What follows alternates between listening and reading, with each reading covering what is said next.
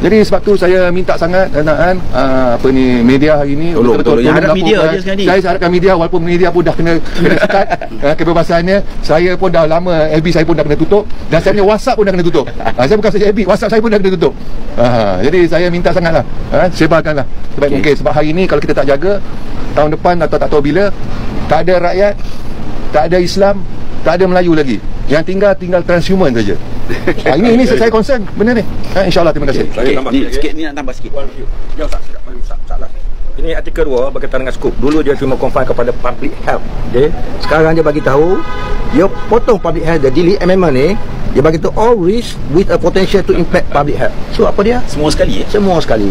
Yang boleh declare PHIC ni, public health of concern, incident concern, adalah cuma DG Kesihatan yang akan ambil mengalih kuasa bawah artikel 40. Dan last sekali, saya cerita berkaitan dengan international punya scenario. Bridget. Ini Bridget, Bridget. Ini MP of UK. MP of UK. You tengok internet ada. Saya baca ni, dia kata. Mana tadi saya? Dia kata ni, his objection, mana dia object to signing up treaty that will empower WHO Director General to impose sweeping legally binding directive on member state overriding UK sovereignty, overriding Malaysia sovereignty. Saya baca satu lagi lah, suami B. Beckman ni yang dulu run for presiden US. Dia pun bagi tahu benda yang sama juga. Dia bagi tahu it is ceding US sovereignty. Ini saya baca word je kan. He can just, maknanya who lah, unilaterally penetrate US sovereignty and make whatever decision and proclamation he want to, and that will cover not only United States but all 194 members nation of United Nations. And that is about, political, that is about 99.4%. It's about 100%. Okay, of all people on earth, that is the most breathtaking power grab I've ever seen. Okay, faham kan? Clear kan? I think that's all lah. Yang lain-lain ni tak payah lah. Itu dah cukup dah tu. Thank you very much. Okay, saya tambah sikit lah. Sebab kita punya pakar-pakar ni dah dedahkan. Tapi sebagai antara pengasas bersama dalam gerakan postmortem COVID-19 ataupun GPMC, sebenarnya kita dah buat research dari awal dulu dan pernah buat laporan polis beramai-ramai dan pernah menghantar tebal memorandum kepada Duli Tuanku Yang Bertuan Agong yang bermula waktu awal pandemik tentang bahaya dan ancaman yang sedang negara kita dan negara dunia hadapi kalau kita terus mengikut buta-buta kepada apa yang telah disarankan oleh WHO. Dan ternyata setelah kita lihat sekarang ini, saya ambil sikit perspektif agama di mana tujuan lockdown dan juga paksaan vaksin. Saya sebut paksaan, mula-mula tak paksa tapi lepas tu jadi paksa, adalah untuk hifzun nafs, antara 5 maqasid syariah, iaitu menjaga nyawa. Persoalannya, adakah kita telah berjaya menjaga nyawa yang kononnya satu ketika dulu bahawa vaksin ini telah dikempen, dijamin selamat oleh menteri, dan kemudian diberikan kempen oleh doktor-doktor pakar, kononnya the best lah, memang tidak ada mudarat. Tapi ternyata kenyataan tersebut meleset, dan sehingga kini kita dapat lihat 36,000 lebih rekod telah diterangkan, dinyatakan dalam catatan rekod KKM bahawa lebih 36,000 rakyat Malaysia telah meninggal dunia, gagal diselamatkan, dan beribu-ribu lagi pula selepas mengambil vaksin meninggal, lumpuh, buta dan sebagainya.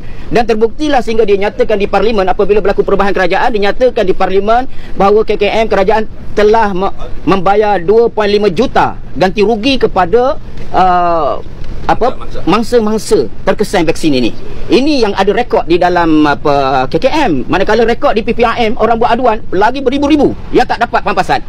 Jadi menunjukkan apa yang kita dah hantar memo pertama dulu tidak diendahkan tentang bahaya itu, dan ternyata akibatnya kita melalui satu proses pandemik yang panjang dan negara melalui bankrupt, pengusaha-pengusaha bankrupt, dan nyawa rakyat dalam negara kita banyak yang terkorban, lumpuh, terancam dan sebagainya. Jadi persoalan yang tuduhan kepada pihak kami, kononnya kami dulu tim konspirasi ataupun mereka-reka cerita, ternyata terbukti benar kerana kerajaan akhirnya mengaku dan terpaksa membayar ganti rugi kepada mangsa-mangsa yang terkesan dengan vaksin. Jadi ini menunjukkan bahawa matlamat untuk hifzun nas, menjaga nyawa itu telah tersasar. Kalau satu nyawa saja satu dunia lah, terkorban, Itu pun kita dah kena bersungguh-sungguh mempertahankan, apatah lagi bukan 1, 2, beribu-ribu, mungkin berpuluh-puluh ribu, dan dalam dunia pun mungkin sudah mencecah angka yang begitu banyak. Jadi menunjukkan bahawa sekarang dengan kegagalan mereka membuat paksaan vaksin yang menghuru-hara dan merosakkan negara-negara yang taat kepada WHO dulu, sekarang mereka nak tambah power lagi melalui IHR ini, dan nak pindah IHR ini supaya dia dapat kuasa yang lebih besar, sehingga kalau berlaku saja pandemik kali kedua ini ataupun serangan vaksin ada aduan, dia terus masuk Ustaz nombor 1 dan terus ke dalam. Kalau Tauki saya kena ke dalam tu, biasa ini bimbang kalau kuasa yang di-Tuan Agong pun dia akan sailang, kuasa Raja-Raja Melayu dia akan sailang, kuasa Parlimen dia akan sailang, kuasa perlembagaan negara kita pun dah macam tak bermakna lagi. Jadi kita duduk dalam negara seperti sudah dijajah oleh kuasa lain. Absolute power. Macam ni juga kita bantah ISET. Kenapa? Sebab kita bimbang negara kita akan jadi gadaian daripada tanda tangan itu. Sebab itulah kenapa kita menyedarkan hari ini turun menghantar memo ke istana sebagaimana kita mula dulu, dan diikuti kepada Raja-Raja Melayu dan juga komuniti-komuniti, pimpinan parlimen dan sebagainya, supaya kita sedar bahaya yang sedang menanti sebulan 2 hari kalau kita tak bantah ataupun kita mengikut, maka bala yang lebih besar daripada dulu akan berlaku, dan ketika itu kita tak ada buat apa dah sebab dah tanda tangan. Jadi sebab itu kita minta supaya Raja-Raja Melayu peka dan prihatin tentang benda ini, jangan ikut sangat laporan-laporan daripada media barat yang memesongkan ini, dan juga KKM juga telah sepatutnya mengambil muhasabah di atas kepincangan atau kegagalan janji kononnya selamat tak selamat, dan juga pihak majlis agama, institusi agama, supaya ambil iktibar bahawa menjaga nyawa itu sebenarnya dah tak dapat jaga dah, sebab banyak mati, banyak terkesan daripada ambil vaksin ini. Jadi sebab itu kita minta supaya kali ini Kerajaan Malaysia wajib membantah ataupun keluar terus daripada WHO. Keluar terus. Kita tak boleh dijajah begini rupa. Masalah dalaman kita pun dah berlonggon, macam mana ditambah lagi dengan ancaman luar untuk sailang kuasa kita. Jadi sebab itu juga saya minta kepada ahli-ahli parlimen, walaupun kita berlainan parti, cukup-cukuplah. PM sendirilah. PM sendiri cukuplah. Kita akan hantar memo kepada pimpinan parlimen, tolonglah bersatu semuanya ahli-ahli parlimen, kerana ini masa depan keselamatan nyawa, keselamatan kuasa yang sedia ada boleh disailang, dirampas apabila IHR 2005 ini akan dipindah dalam sebulan 2 ini.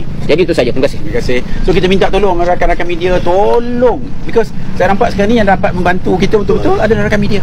Jadi cerita-cerita yang disampaikan supaya semua bangkitlah, pasal ini adalah kepentingan kita bersama. Okey. Ada maklumat mengenai negara lain, bantahan daripada negara lain. Banyak. UK bantah, Australia dah, Canada New bantah. Zealand, Tapi rakyat lah mendesak. Australia dah respon. Dia masuk dalam parlimen. So kita ni nak dengar lah cerita daripada wakil rakyat kita ni, bercerita berkaitan dengan hal ni. Saya bagi tahu you, I'm not wrong. Dia bagi tahu this is absolute power, total power given to WHO. Pindah kuasa. Dan apa dia nak buat, dia akan buat ikut suka hati dia. Bukan hanya confine pada health, tapi anything yang berpotensi kepada health. Yang kuasa declare ni adalah Tedros. Mereka buat pindahan dua penting, ialah infodemic dengan One Health. Infodemic ni ialah mana-mana maklumat yang dianggap salah, mereka akan sekat. Sebelum ni mereka menggunakan cara rahsia, bayar MSM, media sosial, Facebook berbilion untuk halang, untuk sekat maklumat atau diskusi awam. Kali ni dia tak nak buat macam tu lagi. Mereka dah belajar pengalaman kerana banyak orang halang benda ni. Europe dia bagi kuasa pada WHO sekarang ni. Europe dapat buat keputusan. Europe dapat. Bagi satu lagi ialah One Health. Satu kesihatan, approach satu kesihatan. Dia nak gabungkan manusia, binatang dengan environment sebagai satu perkara yang penting, nak jaga environment. Kita tak ada masalah tentang nak jaga tu, tapi yang nak jaga itu WHO. yang tidak demokratik, yang tidak dilantik, dan di belakang dengan syarikat supranational. Macam mana pula syarikat ni pula yang kita nak bagi kuasa untuk menentukan mana betul, mana yang salah. Dan hari ni saya dapat tahu mereka training lagi kawan-kawan dekat KKM tu. Dipanggil apa? Nudging. Nudging ni ialah menyenggol. Menyenggol. Dia pujuk cara pelan-pelan supaya kita terima SOP ni. Ini kerja jahat ni mereka buat. Dan ini pun statement Khairi pun tentang sains tingkah laku. Kita boleh gunakan nudging untuk tekan rakyat untuk percaya. Jadi ini yang kita amat bimbang. Dan apa lagi, satu lagi saya penting ialah financing. Dia minta pelajar bayar dana ni pula. Kita kena bayar. Dan minggu lepas 20 September saya sebenarnya tak pasti siapa kita punya wakil Malaysia yang pergi ke United Nations kerana ada satu declaration politik 20 September yang lepas patutnya, yang declaration tu menyatakan bahawa kami semua head of state bersetuju untuk memberi dana lebih kurang 30 bilion USD kepada WHO. Jadi mereka nak membina supaya kita pelan-pelan setuju.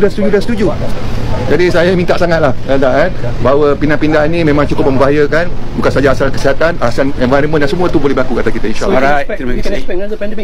Dan dengar-dengar itulah cara dia, cara kaedah dia. Pasal bila pandemik tak ada jumpa, tak boleh lagi lah dia boleh menguasai. So saya ucapkan banyak terima kasih kawan-kawan semua.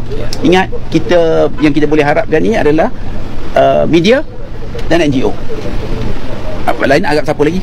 So terima kasih banyak tuan. Terima kasih. Puan-puan.